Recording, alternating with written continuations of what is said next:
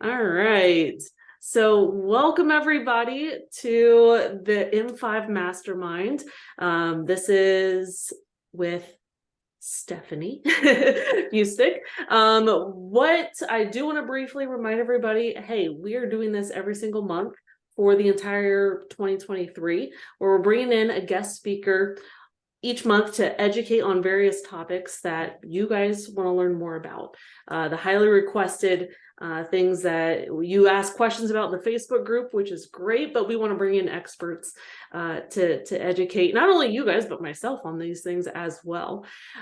So all of the questions that you may have, either now or as Stephanie speaks, go ahead and hold on to those. We'll have a little bit of time for Q&A at the end. So hold on to those, try to keep the chat, because if the chat starts going, we're going to lose track of them. So save until the end. But I'm going to try not to monopolize this conversation by any means. I'm going to turn it over to Stephanie. Stephanie is the CEO of Vitality Osteopathic and Exercise Therapy. So go ahead and introduce yourself, welcome, and tell us a little bit about who you are and what you do. Yeah, so I've been in the health and fitness wellness field since 2011. I started my journey when I was doing my bachelor's in kinesiology. I got my personal training certification when I was in school, started working at the Human Performance Center in my hometown. And so I was like university. I was doing lots of stuff with like athlete testing. I was working with the fire department, the police department, doing other applicant fitness testing for them. But I fell in love with chronic disease more than anything else. So I got everyone that was dealing with like obesity, cardiovascular disease, stroke, cancer, osteoporosis, arthritis, like COPD, you name it. Like I worked with it. That was my favorite, which was great because everyone in the nerd like want in kinesiology want to work with athletes, and that was not at all what I wanted to do whatsoever. So I fell in love with that right away. Did my master's in kinesiology, worked with clinical exercise, pediatric cardiology, and loved that. Then I worked for the health region, and during all this time, like still personal trainings, I loved it. Got my exercise therapy, strength and conditioning certifications as well. Worked for the health region as an exercise therapist, and I worked in chronic disease exercise management programming. So I ran all the exercise like community chronic disease management programs out of like different communities and stuff like that. So I was in charge of that. And then when COVID hit, I decided to go back to school for manual osteopathic therapy. So I was doing that as well. Got my neurokinetic therapy, got my nutrition, started working at another gym, managing all the personal training departments. And then I eventually went on my own and opened my own clinic. So I was doing like training, nutrition, osteopathy, had a massage therapist working for me, all that kind of stuff.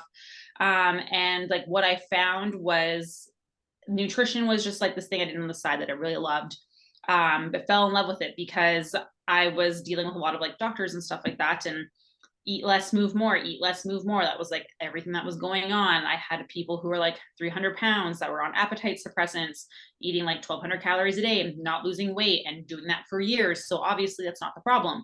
But like other people don't see it that way.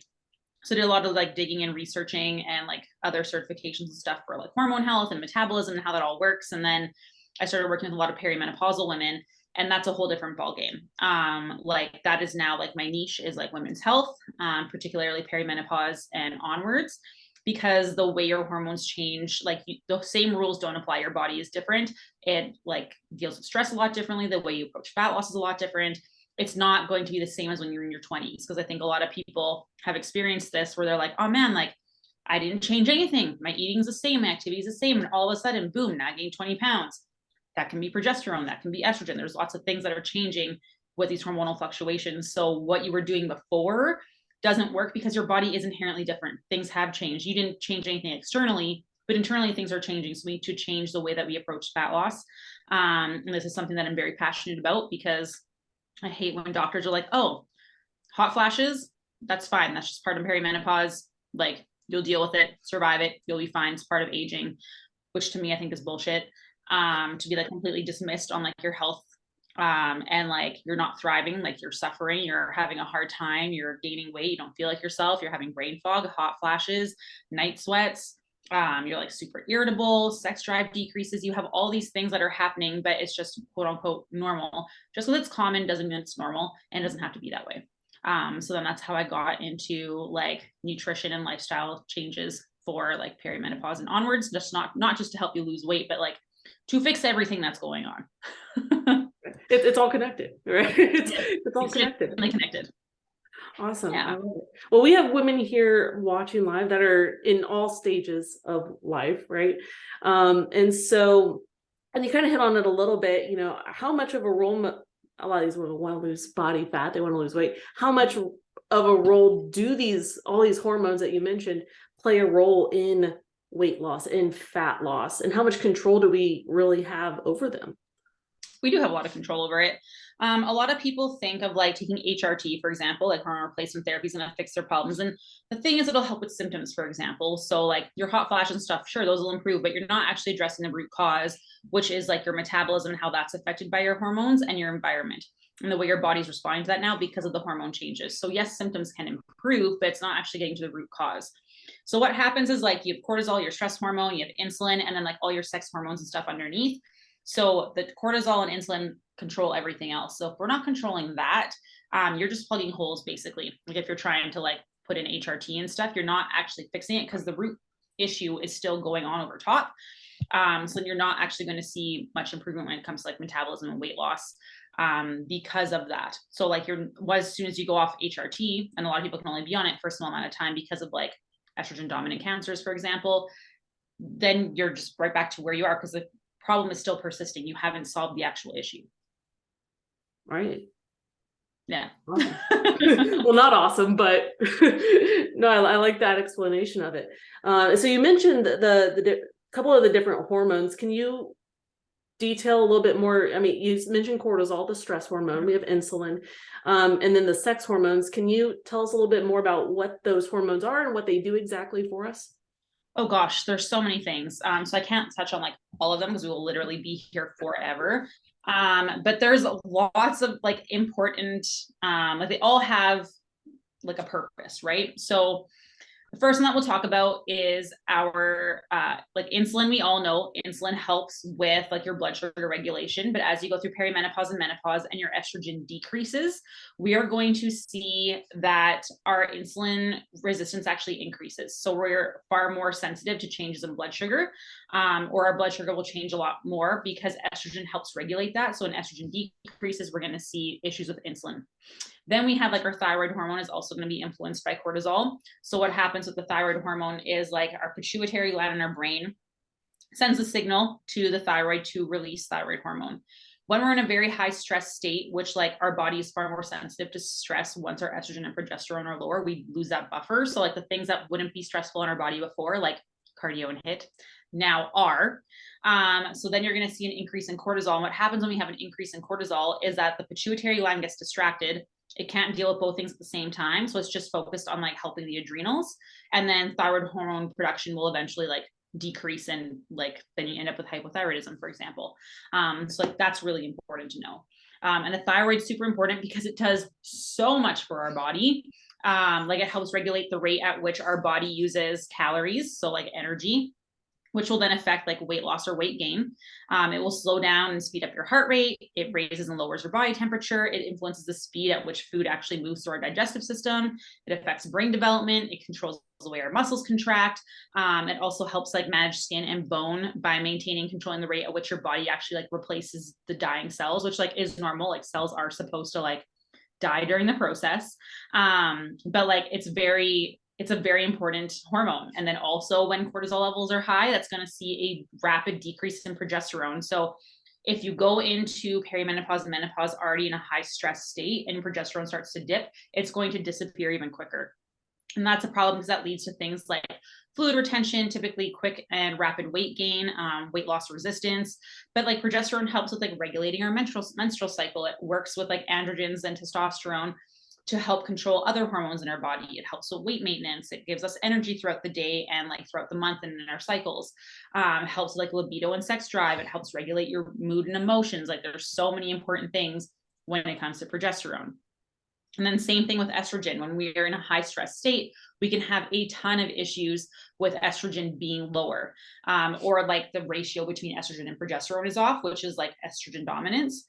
And this can cause a whole bunch of other things too, like dry skin, weak and brittle bones, trouble concentrating, irritability and mood swings, moodiness, breast tenderness, vaginal dryness, hot flashes, night sweats, irregular periods, or no period at all. Weight gain, especially like in the bellies and hips, that's very common. Headaches, migraines, decreased sex drive, trouble sleeping, tired all the time, more insulin resistance, sugar cravings. When estrogen decreases, we're also going to have a reduced ability to put on muscle mass. Because our body turns into like a more catabolic state, which means that it breaks down muscle mass a lot quicker. So like it's hard to build and maintain muscle mass when your estrogen levels are low as well. It's hard to access energy stores when our estrogen levels are lower, which they still are going to be lower during perimenopause and menopause. You might be like, oh, mine are high. It's still lower than where it was before, which is the main thing that we're trying to get across here. And like, then we can't access energy stores as well. So working out fasted is a terrible idea because our body just does not do well. So like there's all of these things that are super, super important. Like bone density, estrogen helps like shuttle calcium into the bones to help with bone density.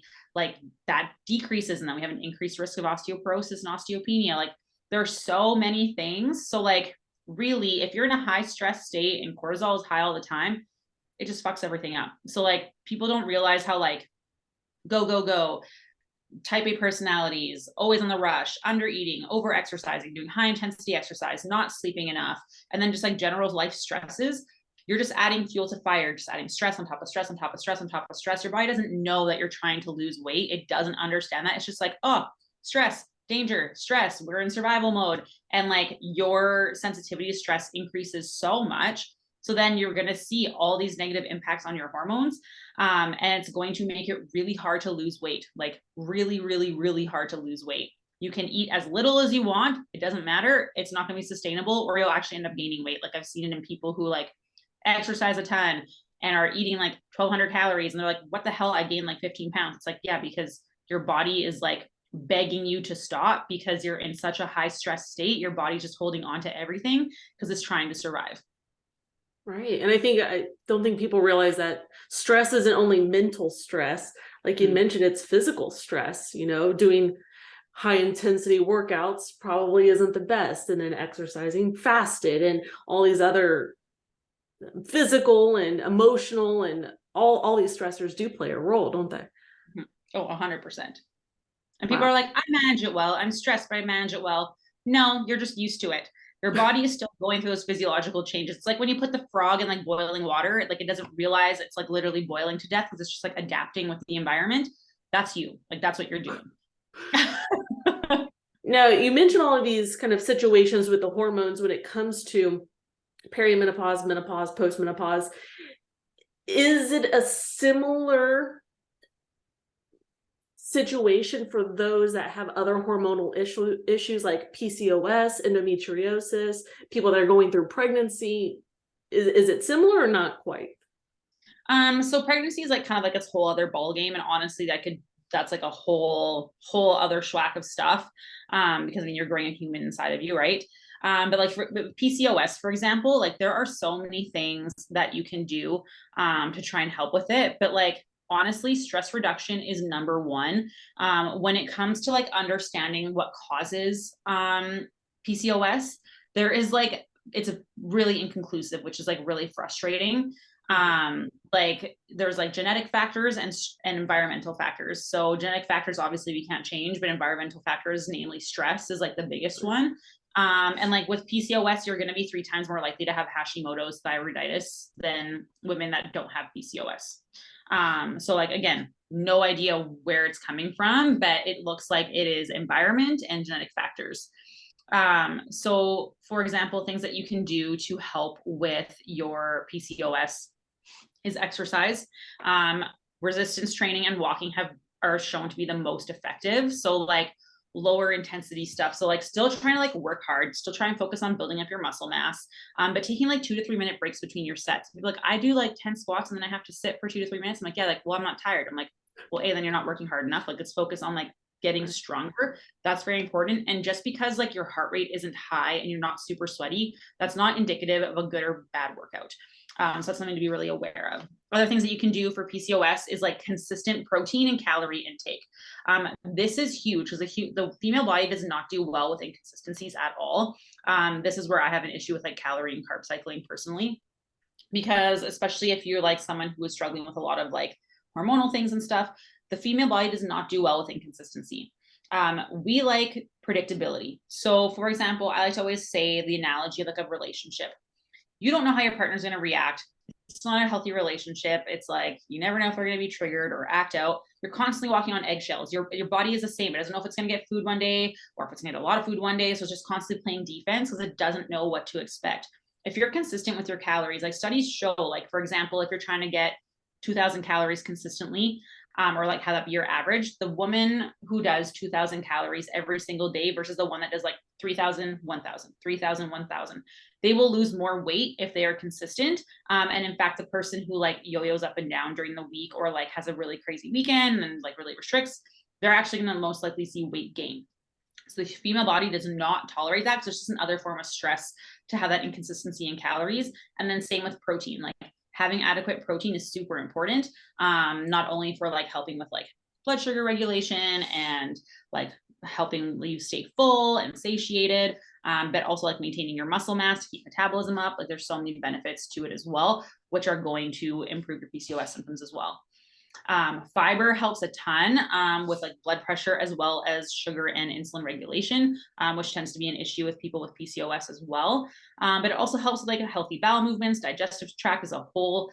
Like when that's not functioning well, there's like inflammation, leaky gut, all kinds of things that are going to make things worse.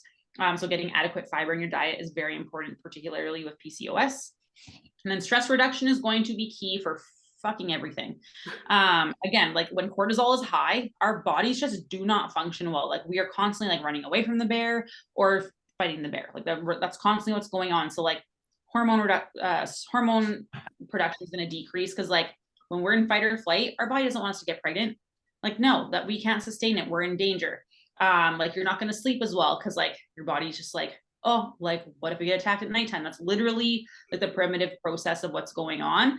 Like our body doesn't understand that we're like in this wonderful time in our lives where we have like shelter and food and grocery stores at every corner. Like our body is still like running on like primitive hormone patterns, and that's just how it works, unfortunately, which is like, it sucks, but it's the truth.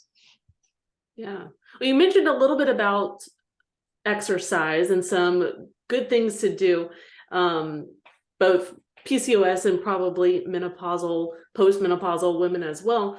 Mm-hmm. Are we able to optimize our hormone levels with exercise?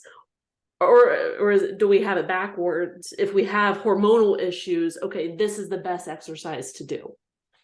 So what we actually see with a lot of women who come into our program is like, we have lots of people who like do a lot. Like they've like over exercised and a ton of cardio, done HIIT classes or doing their Orange Theory, their boot camps, all that crap. And you're just making it worse. So we actually see like if people are dealing with a lot of like hormonal issues, we typically actually get people to stop exercise for like 4 weeks sometimes, or more depending on the person, to let their body recover. Because if you're not letting those cortisol levels come down, like you're just constantly tearing your body down, never giving you an opportunity to build back up. So doing like resistance training to like build up your muscle mass is important for like blood sugars. It gives somewhere for blood sugars to go. Super important. It's going to build up your metabolism. Muscle burns a lot of calories at rest. The more muscle you have, the more your metabolism is going to be higher. It's also going to help with just like general quality of life. It's going to help with your body composition. Like there's so many things that are going to be beneficial from doing resistance training. And like, that's how you're going to sculpt your fatigue. Resistance training is the only way to actually change your body composition, because just by doing cardio, you're going to lose fat. You're going to lose a ton of muscle too. You're going to look skinny fat. You're going to be upset. It's not going to be what you want. And when you're going through perimenopause and menopause, you have a much harder time putting on muscle mass because those estrogen levels have dropped. And when cortisol is high, it also breaks down muscle. It creates a very like an environment where our body wants to get rid of muscle mass, which is the last thing that we want to do. So doing appropriate resistance training, focusing on getting stronger, longer rest periods is going to be key. Awesome, for sure. And I'm all about not doing cardio. I don't do that. I walk. Maybe do cardio. Awesome. So I think a lot of people's big question, you mentioned that this is kind of your area of expertise when it comes to hormones, is nutrition. Mm-hmm. A lot of people a lot of the women here I know have tried a variety of things. There's a lot on social media. Doctors, like you said, say one thing, another doctor says something different. For lack of a better question, what is the best diet to follow? Right? Or does it depend? One that you can follow and doesn't cut out any food groups. Honestly, having a diet that's like high in protein, like you want to have higher protein diet, so 0.8 grams per pound of body weight, or like ideal body weight, goal weight, whatever it is you want to work with. Working up to that slowly, so obviously you don't get like constipated, gassy, bloated, all that kind of stuff. But we actually see, like, if you are coming in and you are struggling with poor sleep, a ton of hormonal symptoms, energy is low, you're having crashes and cravings, you are, again, like having whatever hormonal symptoms, and you've been like in a calorie deficit for a long time or eating low calorie for a long time, and you've been doing low carb, that is the problem. So low calorie, low carb diets will actually increase your cortisol levels. And like statistically, low carb diets will actually decrease thyroid function. There are studies that show that in perimenopausal women, that like when accounted for like energy outtake and calorie intake, those who did a ketogenic diet had a significantly reduced thyroid function than those that did not. So carbohydrates, actually incredibly important. Eat your fucking carbs. That's like the one thing I tell everyone. And honestly, the more stressed out you are, the more you're struggling with sleep, the more you're struggling with energy, the more carbohydrates that you need, the more you restrict it, the worse the cycle is going to get. So ways to like combat this, especially if you're someone who deals with blood sugar issues, it's always the question I get. It's like, I can't eat carbs, my blood sugars are terrible. No, you can. You just got to choose different carbs, or like increase it slowly. And then, what carbs can I have? I'm like, you can have whatever the fuck you want. You can have pasta, you can have bread, you can have rice, you can have quinoa, you can have fruit, you can have whatever the hell you want. So like, for example, ways to help combat this is do your resistance training. It's going to give summer for blood sugars to go for a 5 to 10 minute walk after meals if you're able. That's great. Don't chug a bunch of water and then eat. I fucking hate, I don't know where this rule came from. It's like, drink your water first. And it's like, no. So what happens is if you drink like a full glass of water and then eat your meal, that actually speeds up like gastric emptying, which is going to result in like a spike in your blood sugars, because like digestion is quicker. We don't want that. We want you to stay full. We want you to be happy. We want you to absorb nutrients well. We don't want to see those blood sugar spikes and drops. So that's what leads to crashes, cravings, and all that kind of stuff. We know that when there's like blood sugar issues, that leads to lots of chronic conditions. We also don't want that. So making sure that you're not chugging a bunch of water before your meals, like you can have some water, that's fine, but like don't try to get full on water first. That's fucking stupid. And like if you do that, that's fine. Now you know not to do that. Just learning. Other things too is like focus on protein and veggies first. Again, that'll help like slow down digestion, and then have your carbs after if you're able. Aiming for like higher fiber options if you can, but always pairing a carbohydrate with protein or fat to like slow down digestion is the number one way to go about this. Super, super important. Awesome. Yeah. Now you hit on carbs, you hit on proteins. What's the importance of fat? Is there an important, like a lot of people are like, oh, low fat, don't eat fat bad. No, that makes so me fat's fat. important. Yeah, no, fat's important because all of our hormones are built from cholesterol. So if you have like less than 20% of your dietary intake coming from fats, typically you're not consuming enough to actually support hormone production. So you want to make sure you're getting adequate fats. This doesn't mean go and like have a ton of donuts. This means like, like have some olive oil in there, have some nuts, have some seeds, have some nut butters, all that kind of stuff. There's so many healthy fat options, some avocado, all that kind of stuff. Again, you need to have that. I don't typically tell people to focus on fats in their meals because like we're naturally getting it in there anyways. It's not hard to have fats in today's diets. Like it's everywhere. So typically what I say is like breakfast is half protein, half carb. Lunch and supper are half a plate of like veggies or a third of your plate of veggies, a quarter or a third of your plate being protein, and then a quarter of your plate being a starchy carb. And then like fats just work their way in there anyways. Like there's fat in your meats, there's fats in salad dressings, there's fats in like your nuts and seeds and all that kind of stuff. Like you will get it in there. I don't tell people to worry about like trying to get enough fat. It's not really an issue. Awesome. Yeah. So guys, keep accumulating your questions. I know we're covering a lot of information. We're gonna have time for Q&A at the end. A couple more questions before we get to a Q&A. You mentioned the importance of well, you mentioned water and perhaps not chugging it before eating, but what role, we know, okay, we're supposed to drink water, we're supposed to hydrate. What role does that play in our hormonal health? Oh gosh, it just helps everything function better. Like if you're in a dehydrated state, just things aren't produced properly, and like you're probably not going to sleep well if you're dehydrated as well. Like water is very important just to like allow all of our systems to actually function appropriately. And also, if you're dehydrated, you're typically going to be constipated, and I don't know anyone who feels good when they're constipated. So if you don't poop, you don't feel great. And then in a similar note, sleep. You know, how important, or maybe a better So question is, how important. much sleep do we need? A lot. So like you want to get good quality sleep. And so like just going to bed earlier, like is important because any hour that you get of sleep before midnight equates to 2 hours after midnight. So sleep before midnight actually really matters a lot. I'm bad for like not going to bed really early. I used to, and now I don't, but that's okay. But focusing on like good quality sleep is very important. Getting into REM sleep and deep sleep is very important because that's actually when our growth hormone is highest. And that's when we're actually going to be able to repair muscle, which again, we already struggle with maintaining. So getting good quality sleep is very important. But sleep is also where we allow cortisol to come back down so our body can heal, repair, all that kind of stuff. So improving sleep is going to be huge. And typically people struggle with sleep because they're under eating. So their cortisol levels are high, which wakes them up at nighttime. So the number one thing we see when women start eating enough is hormonal symptoms start to decrease. Their energy improves. They're not having crashes and cravings anymore, and sleep improves. And it's not because they're trying to improve their sleep hygiene. Just by eating enough food, sleep typically improves, which is huge, huge, huge, huge. Right, and you have enough energy to sleep and sleep well. Wow. Yep. Yeah. And like be active and stuff. Like when you're tired and you're not sleeping well, I don't want to go to the gym. Right. Right. Now, we are here because this is a fat loss. We were made sure to put fat loss in the title rather than weight loss. You know, that is one of the reasons, one of the things I really emphasize when it comes to seeing progress with the scale. Is that something that you typically see with the people that you work with? Do you see a lot of progress on the scale, or is it more kind of body composition changes that you were mentioning? We see both. It really depends.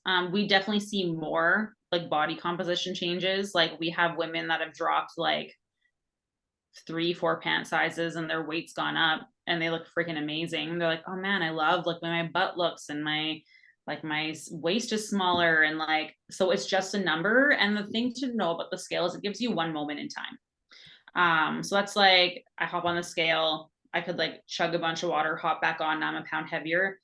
What does that tell you? Literally nothing. Like that doesn't tell you, the scale doesn't give you any information. It's just a freaking number. That's so, you know, that's like the temperature and stuff. Like does the like we don't give it a ton of value. Like it's just a number. It gives you one data point at a single moment in time. That's all it is. I think that's a mind shift a lot of people need to make. They're so tied to the scale. I get a lot of people who are surprised because like I've shared photos of like my own like mini transformations and stuff, and I'm like pretty much the exact same weight, but my body composition looks way different. So like it's literally just a number, and I promise you that your like ideal body or physique that you're chasing is probably significantly heavier than you think. When I tell people that I'm 145 to 150 pounds, they never believe me. It's like, yeah, I am. Yeah. It's just a number. Doesn't matter. Sure. Awesome. And I think when coming back to menopause and, you know, trying to lose weight and kill the symptoms that come with it, or the side effects or whatever it may be, a lot of people turn to supplements. There's a lot of supplements out there that, help you with your hot flashes or whatever. Are there any supplements that have some backing to them that people should consider, or not really? So I'm like a very pro not supplements. And here is why, because it's not addressing the root cause. It's not changing anything inside your body. You want to like actually have legitimate changes. There are some supplements that I like to recommend to most women, especially during perimenopause and menopause. But they're like just generic things that you can take because like you don't like they're just cheap. Like you just get them from the grocery store. Like it's not anything crazy expensive. or any like crazy claims. So like for us, what we typically recommend is omega-3s. This is because it's important for brain function, for joint health, eye health, inflammatory responses due to stress, because we can handle stress as well. And we don't typically get it in our diet very easily. Like we get it from like fish and like flaxseed. Like it's very hard to get in. And we have a diet very high in omega-6s, and we want omega-3s to counteract that. Then we have vitamin D. Very important, important for like bone health in particular, which we know is going to decrease as estrogen drops. So we like to recommend everyone take vitamin D. Vitamin C we recommend as well. It's a very powerful antioxidant, helps with like collagen synthesis and stress reduction, which we know we already have issues with. So you can't really overdose on vitamin C either. It's water soluble. So if you have too much, just pee it out and it's not a big deal. Vitamin B complex is the other one that we recommend. Especially for women entering perimenopause and have been on birth control for 3 or more years, because birth control really depletes our B vitamins a ton. So it makes it a lot more difficult to absorb as well. So taking one vitamin B complex is great for like normal women. So like that's typically what we recommend as well. And the last one is magnesium glycinate or biglycinate, whichever, there's like the same thing. And this is it's known for like helping with like bowel movements and keeping us regular. But it's not really well known for how it helps us sleep, improves hormonal imbalances, and relaxing the muscles in the body. And this is because it actually like works systemically through all of our muscular tissue. So it helps with the hormonal detox chain as well. So it can really help with hormonal imbalances. So taking it at nighttime with food is a really good option, because if you take it on an empty stomach, typically it can cause some digestive distress sometimes. But you can also make sure you're eating like magnesium rich foods like tofu, almonds, bananas, spinach, stuff like that. Awesome. Awesome. Now we've covered quite a bit of information. Yes. And I know I do want to save time for Q&A. But if you could give all of these women one thing that they should be doing, hypothetically say these are all, I don't know, we're going to generalize everybody. You're postmenopausal women, right? That are struggling to lose weight. What is one thing that they can do on their own today to help them along their fat loss journey? Reach out to someone who will actually calculate your nutritional needs appropriately, and then go do what they say. So like make sure you're like, and what I mean by that is make sure you're eating enough. Like if you're eating less than 1,600 calories, I promise you're not eating enough. I'm 5'5", I'm 145 to like 150 pounds. I work out like 3 days a week ish. And like, I actually have a pretty sedentary lifestyle now because I do this. I eat anywhere from 2,200 to 2,400 calories a day to maintain. If I'm going into a deficit, I lose weight at like 1,800 calories. So if you are eating 1,600 calories and like not seeing change, you need to go into a reverse diet. You need to eat more. And the biggest thing is like, eat enough protein, 0.8 grams per pound of body weight, or like typically I like to say like if it's quite a high number for you because you are at a heavier weight, at least 130 grams is where I like to put people. And then eat your fucking carbs, because if you're not eating carbs, your cortisol levels are going to be high. You're going to see a decrease in your thyroid. You're going to see a decrease in your progesterone. You're going to see a decrease in your estrogen. We don't want that. And especially if you're someone who works out, eat your freaking carbs. And if you're stressed out, eat your freaking carbs. If you're having trouble sleeping, eat your freaking carbs. Like, eat them. Like, that is like, if I could scream that, I don't know why we're so caught up on like carbs. Everyone's like, oh, I lost real weight on keto real quick. No, you didn't. You depleted yourself of like water stores, because 1 gram of carbs is about 3 to 4 grams of water. So like, you just got rid of like a couple pounds of water. That's all it was. And I can promise you it wasn't sustainable, and you didn't feel that great. And it's not something you can stick to forever. Otherwise you wouldn't be here. Right. And I think she's not saying go eat 14 donuts all in one city, right?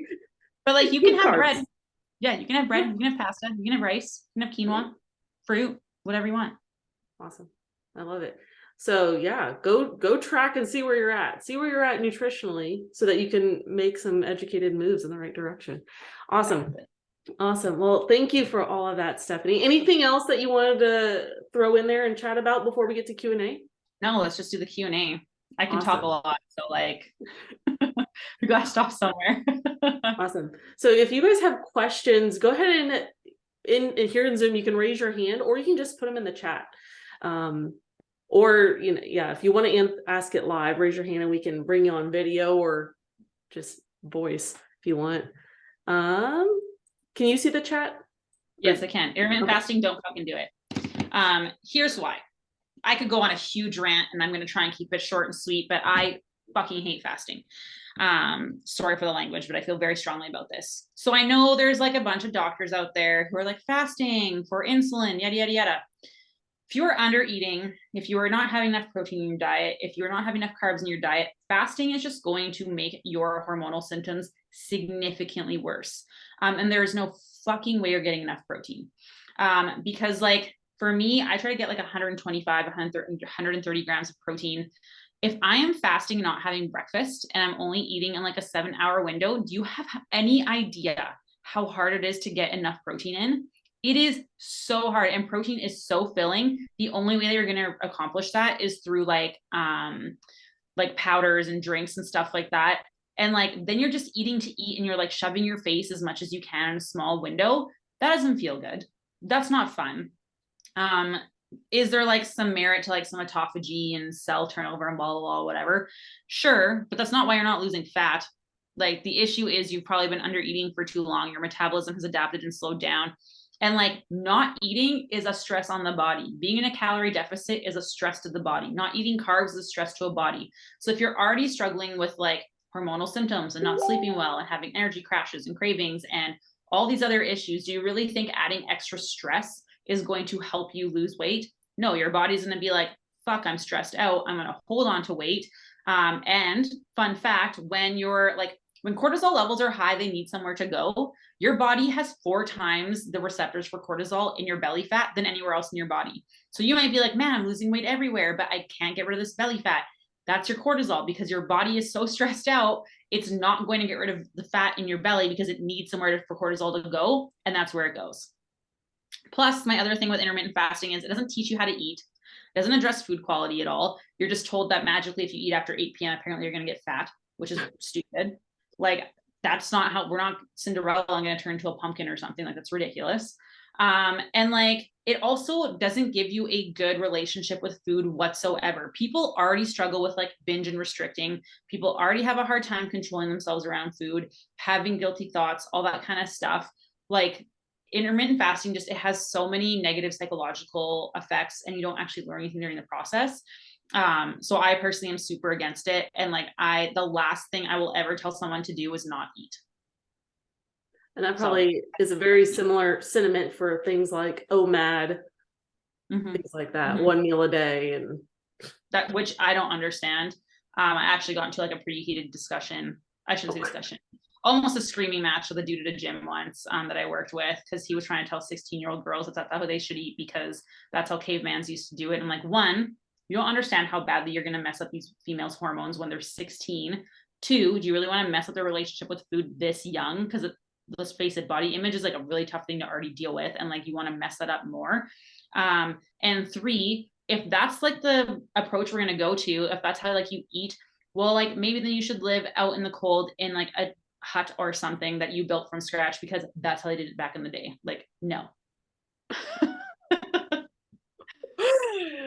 That, yeah, I can't, yeah, that's detrimental for young women and their mindsets with food. Okay, yeah, but let's see. Supplements for stress reduction. So the biggest thing for stress reduction is making sure you're eating enough. To be completely honest, eating enough and having enough carbohydrates, those are the 2 things that you can do to improve your cortisol levels, to reduce stress. Like, you have no idea what a huge difference that makes.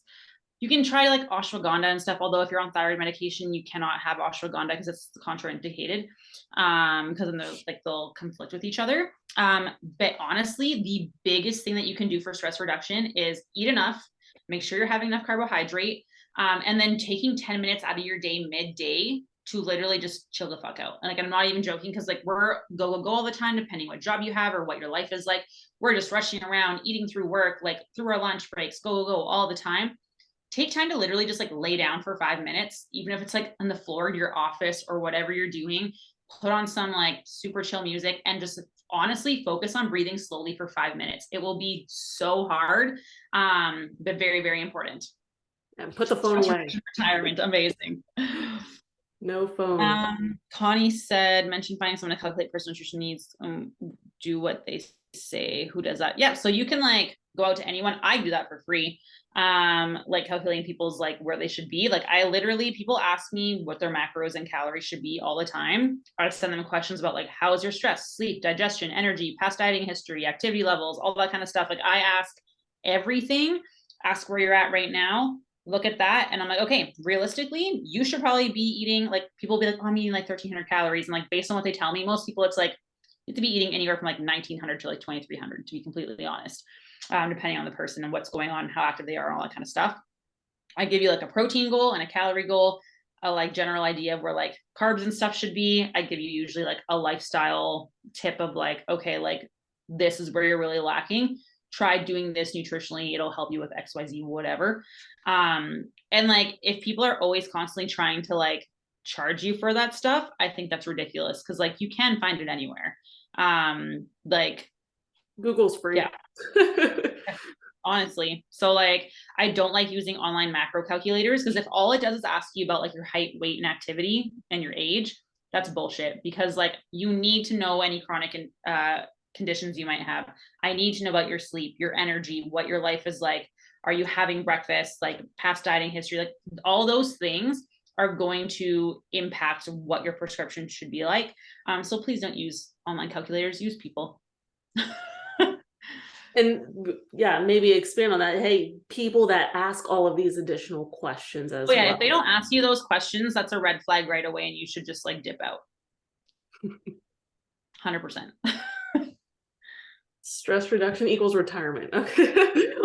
Hey, there you go. A lot of people have great success when they retire and they do lose some weight. Awesome. What other questions do we have? These are awesome, guys. And drink your water.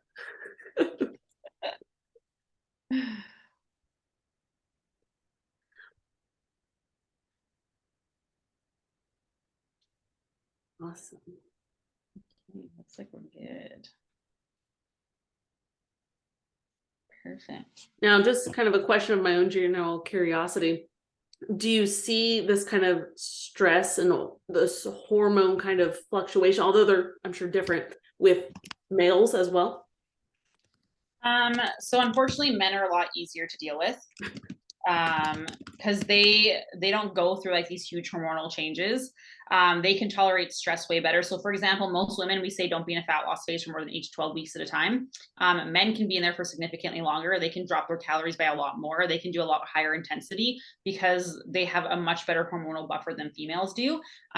So honestly, like I do coach some men and they get results so fast and it's super annoying. So I don't really like to talk about it because the women are like, that's not fair. But like, think about it. If you have ever been in, what do you call it? Like joined a challenge or something with your husband. And it's like, oh my gosh, he lost like 30 pounds. And I think I gained too. Like, that's why hormones, we're not just little men. You can't use the same methods. That doesn't work, ever. Awesome. Awesome. Well, I'm not seeing any other questions. If people do have additional questions for you, where can they send these questions? Where can they find you? Yeah, honestly, the best place to message me is on Facebook. Like if you send me a personal message to Stephanie Fusnik, my last name's Fusnik. That's the best way because then I can send you voice notes back because I'm a talker, as you can tell. But you can also find me on like Instagram or TikTok, vitalityoet.stephanie. But like honestly, the best way to contact me is to just message me on Facebook. I will always answer. Sometimes like it's like a 48-hour waiting period because like at any given time, honestly, I have like 40 messages because I do just like help people all the time. So like there might be a little bit of delay, but like I will never not answer. Like I promise. Awesome. Awesome. Well, I appreciate you, Stephanie, and you taking your time out of your evening to chat with us all about hormones. I know I learned a lot. I'm sure everybody else learned a lot as well. Yeah. And again, if you have questions, you know where to reach out to her. Facebook. And stay tuned. We'll be announcing our February Mastermind speaker on Sunday. So stay tuned. yeah, that's all we got. So have a good evening, everybody, and we'll chat with you all soon. Thanks for having me. You're Bye. welcome.